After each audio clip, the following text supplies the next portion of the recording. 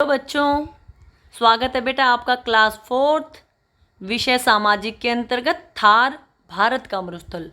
भारत का मरुस्थल इसलिए क्योंकि ये भारत में है।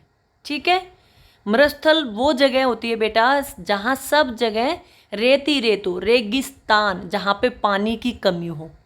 पूरी दुनिया में सबसे बड़ा रेगिस्तान है सहारा रेगिस्तान, और भारत में जो सबसे बड़ा है वो है थार, जो कि राजस्थान में है। ठीक है, तो आज हम थार, जो भारत का मरुस्थल है, मरुस्थल यानी ऐसी जगह जहाँ पे पानी की कमी हो और चारों तरफ रेत ही रेत हो। ठीक है, इसको रेगिस्तान भी बोल सकते हैं और मरुस्थल भी बोल सकते हैं, एक ही बात है। ठीक है, आप देखिए भारत में कहाँ पर है, यहाँ पर है बेटा। यहाँ पर कौन सा राज्य है? राजस्थान। और कौन सा पर्वतमाला है यहाँ पर? देखिए यहाँ पे तो है हमारा हिमालय पर्वत, हिमालय। ठीक है, और यहाँ पर है हमारा अरावली। अरावली पर्वत के कारण जब मानसूनी पवनें यानी जो बारिश लाती हैं वो पवनें आती हैं तो अरावली पर्वत उनके आगे खड़ा हो जाता है, तो वो उस तरफ नहीं जा पाती। अब मानिए आप घर के इस तरफ खड़े हो और आपको दूसरी साइड जाना हो, तो आपको जाना सिर्फ छत के रास्ते से है, तो छत पे चढ़ने का साधन ना हो तो क्या करोगे? आप वहीं रह जाओगे।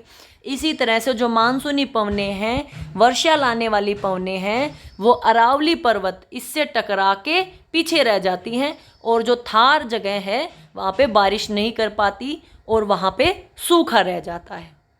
ठीक है, दूसरा जो ये थार मरुस्थल है बेटा, यहाँ पे बारिश कम होगी तो फसलें भी ऐसी होंगी जिनमें कम पानी की कम पानी इस्तेमाल होता हो, जैसे मोठ, मक्का, बाजरा और कैक्टस।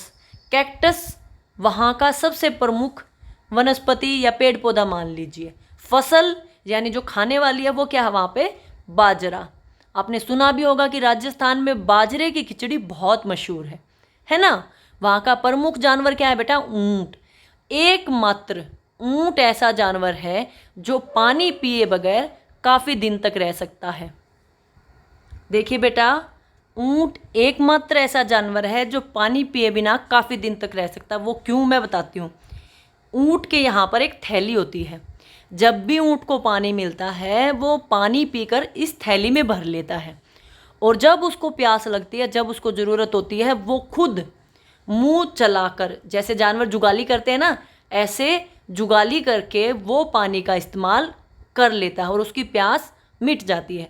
इसीलिए रेगिस्तान में या राजस्थान में ऊंट का इस्तेमाल ज़्यादा होता है, और यही वजह है कि ऊंट को रेगिस्तान का जहाज, रेगिस्तान यानी रेत ही रेत में चलने वाला जहाज, ऊंट को कहा जाता है। और ये प्रश्न हमेशा ताउम्र याद रखिएगा कि रेगिस्तान का जहाज कौन सा है? ऊंट। क्यों? क्योंकि उसको सबसे कम पानी की आवश्यकता होती है। और इसके पैर होते हैं ना बेटा, इसके पैर, इनमें भी एक गद्दीनुमा होते हैं, मतलब इसके जो पैर होते हैं वो रेत में धंसते नहीं हैं। जैसे आम आदमी चलेगा तो धंसेंगे तो हमारा जोर लगेगा, लेकिन इसके पैर भी गद्दीदार होते हैं जो रेत में धंसते नहीं हैं, इसको चलने में कठिनाई नहीं होती। ठीक है, आज के लिए थार मरुस्थल के विषय में जानना इतना ही आवश्यक था। इसके अलावा अगर कुछ और बातें होंगी तो वह हम साथ साथ डिस्कस कर लेंगे। ठीक है, अब आपके पास 4-5 ऑप्शंस हैं। पहला है, ऑप्शंस क्या क्या हैं वो देखिए, राजस्थान, बाजरा, पश्चिमी भाग, ऊंट। थार मरुस्थल मुख्यतः कहाँ है? कौन से राज्य में? अभी बताया था मैंने, राजस्थान में। ठीक है, ठीक है बेटा, हमने फिल कर दिया राजस्थान। 3 ऑप्शन रह गए, बाजरा, पश्चिमी भाग, ऊंट। आगे देखते हैं। अगला आपका खालिस्तान राजस्थान की प्रमुख फसल है। वनस्पति या पेड़ पौधों के बारे में नहीं पूछा, वरना कैक्टस आता। फसल है यानी जो वहाँ के लोग उपजाते हैं वो है बाजरा। ठीक है, अगला है रेगिस्तान। खालिस्तान को रेगिस्तान का जहाज कहते हैं। किसको कहते हैं? ऊंट को। अभी मैंने बताया था, और क्यों कहते हैं ये भी मैंने आपको समझा दिया। उत्तरी मैदानों के खालिस्तान भाग में थार मरुस्थल है। देखिए आपकी दिशाएं ऐसे हैं, पूर्व, पश्चिम, उत्तरी, दक्षिण। अब देखिए राजस्थान आपका इस साइड पड़ा था ना नक्शे में, याद आया थोड़ा थोड़ा? फिर से दिखाती हूँ। ये देखिए यहाँ पे दिशाओं के हिसाब से पूर्व पश्चिम उत्तर दक्षिण, तो ये जो है जो थार मरुस्थल कहाँ पड़ेगा? पश्चिमी भागों में, ठीक है। आ जाएगा उत्तरी मैदानों के पश्चिमी भागों में थार मरुस्थल है, ठीक है। इसको फिल कर लेंगे, तीनों का लिख दिया मैंने, ठीक है। अगला है बेटा, निम्नलिखित में से सही उत्तर का चुनाव करिए और कॉपी में लगे। थार मरुस्थल का प्रमुख पशु बताइए कौन सा होता है? ऊंट। रेगिस्तान का जहाज। राजस्थान नहर भारत के किस राज्य से निकलती है? अच्छा जी, अब इस पे बात कर लेते हैं। चूंकि वहाँ पे पानी नहीं होता, लेकिन लोगों को तो पानी की आवश्यकता है, इसीलिए 1980 में पंजाब में जो इंदिरा गांधी नहर है, वहाँ से एक नहर निकाली गई राजस्थान के लिए, ठीक है। और उससे राजस्थान के लोगों को पानी पहुँचाया गया सन 1980 में। हरिके बांध का नाम था हरिके, और राज्य इंदिरा गांधी नहर, मतलब एक नहर को दूसरी में से निकालेंगे तो दूसरी का नाम नया होगा, लेकिन पहली वाली तो रहेगी ना, इंदिरा गांधी नहर, ठीक है। तो अब हमें पता चल गया कि कहाँ से आई वो? पंजाब से, और वहाँ के लोगों को पानी पहुँचा दिया गया, तो ठीक है। थार मरुस्थल में कौन से मौसम में खेती की जाती है? बेटा वहाँ पे थोड़ी थोड़ी बारिश तो होती है, ऐसा नहीं है कि बिल्कुल ही ना होती हो, तो वहाँ पे खेती सिर्फ बारिश के मौसम में की जाती है। थार मरुस्थल में दिन के समय कैसी हवाएं चलती है? अब देखिए रेत ही रेत होगा, तो वहाँ पे जो हवाएं चलती हैं ना बेटा, वो गर्म और शुष्क होती हैं, जिसको हम लू भी कहते हैं। कौन सी होती हैं? गर्म और शुष्क, ठीक है। थार मरुस्थल में घुमक्कड़ जाति कौन सी है? अच्छा जी, घुमक्कड़ जाति से मतलब है जो घूमते रहते हैं, एक जगह से दूसरी जगह पर आते जाते रहते हैं, वो लोग होते हैं घुमक्कड़। आपने कभी अपने आसपास ऐसा देखा बहुत सारी गायें चलती रहती हैं, या बहुत सारी भेड़ चलती रहती है, या बहुत सारी बकरियां चलती रहती हैं? इसी तरह राजस्थान में भी जो लोग इस तरह के जो जानवर लेके चलते हैं ना, वो होते हैं घुमक्कड़ लोग, और वो होते हैं बेटा गडरिया। कौन होते हैं? गडरिया, ठीक है। मिलान कीजिए, रेगिस्तान की वनस्पति क्या है बेटा? कीकर और कैक्टस। मैंने बताया था कि वहाँ पे बिना पानी के कैक्टस ज़्यादा होता है। राजस्थान नहर कौन सी नहर से निकली है? इंदिरा गांधी नहर से, ठीक है। राजस्थान की पहाड़ियाँ, चित्र दिखाया था तभी बता दिया था, अरावली, ठीक है। और गर्म शुष्क हवाओं को क्या कहेंगे? लू कहेंगे। समझ आ गया? अगला है, ऊंट राजस्थान का एक प्रमुख जानवर है, रेगिस्तानी इलाकों में घोड़े जैसे कुछ अन्य जानवर ऊंट का विकल्प क्यों नहीं हो सकते? कारण बताइए। अभी मैंने आपको ऊंट के बारे में दो बातें बताई। एक तो ऊंट बिना पानी काफ़ी दिन तक रह सकता है, और उसके पैर गद्देदार होते हैं जो मिट्टी में या रेत में धंसते नहीं हैं। इसी वजह से और कोई जानवर ऐसा नहीं कर सकता। मुख्य कारण तो यही मान के चलिए, बिना पानी के इंसान तो नहीं रह सकते, तो जानवर कैसे रहेगा बेटा? ठीक है, तो ऊंट बिना पानी के रह सकता है और अन्य जानवर ऐसा नहीं कर सकते। यही मुख्य कारण है कि वहाँ पर अन्य जानवर विकल्प नहीं हो सकते। ठीक है, लिख दिया। ऊंट ऐसा जानवर है जो कई दिन बिना पानी के रह सकता है, बाकी जानवर बिना पानी के नहीं रह सकते, इसीलिए ऊंट का कोई विकल्प नहीं हो सकता। अगला है बेटा, देखिए यहाँ पे एक इस चित्र में महिलाएं सिर पर पानी का मटका लेके पानी लेने जा रही हैं, और इसमें ये अंकल गाड़ी में फुवारा लगा के गाड़ी को धो रहे हैं। दोनों में से आपको देख के क्या लगा? ये रेगिस्तान राजस्थान का इलाका है, क्योंकि वहाँ पे पानी की कमी है, और ये कहीं का भी हो बेटा, लेकिन इस तरह पानी को बर्बाद नहीं करना चाहिए। अगर आपको इस अंकल को कुछ सुझाव देना हो, सलाह देनी हो, तो आप क्या देंगे? अगर मैं देना चाहूँ तो मैं यही कहूँगी कि इस तरह पानी को बर्बाद ना करें। अगर आपको गाड़ी भी धोनी है तो बाल्टी में पानी लेके धो लीजिए।